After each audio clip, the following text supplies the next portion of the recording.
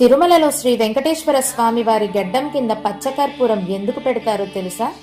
శ్రీవారి భక్తులలో అగ్రగణుడు అనంతాల్వారు. ఈయన శ్రీవారి కొండ వెనుక భాగంలో నివసించేవారు. ఈయన ప్రతిరోజు స్వామివారికి భక్తి శ్రద్ధలతో పూలమాలలు సమర్పించేవారు. అలా ఆయన ఒకరోజు పూల తోటను పెంచాలని నిర్ణయించుకుంటారు. పూల తోటను పెంచడానికి సరిపడా నీరు కోసం ఒక చెరువును త్రవ్వాలని నిర్ణయించుకొని పనులు మొదలు పెడతారు. ఇతరుల సాయం తీసుకోకుండా ఆయన భార్య సహాయం మాత్రం తీసుకుంటారు. చెరువు తవ్వే సమయంలో అనంతాల్వారుని భార్య నిండు గర్భిణి. అతను గడ్డపారతో మట్టిని తవ్వి ఇస్తే ఆమె గంపలోకి ఎత్తుకెళ్లి దూరంగా పడేసేది.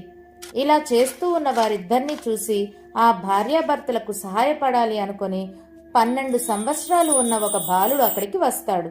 గర్భిణిగా ఉన్న ఆమెకి సాయం చేస్తానని చెప్పి ఆ మట్టిని నేను పారబోస్తాను అంటాడు. దానికి అనంతాల్వారు వారు ఒప్పుకోరు. కానీ అతని భార్య అంగీకరించి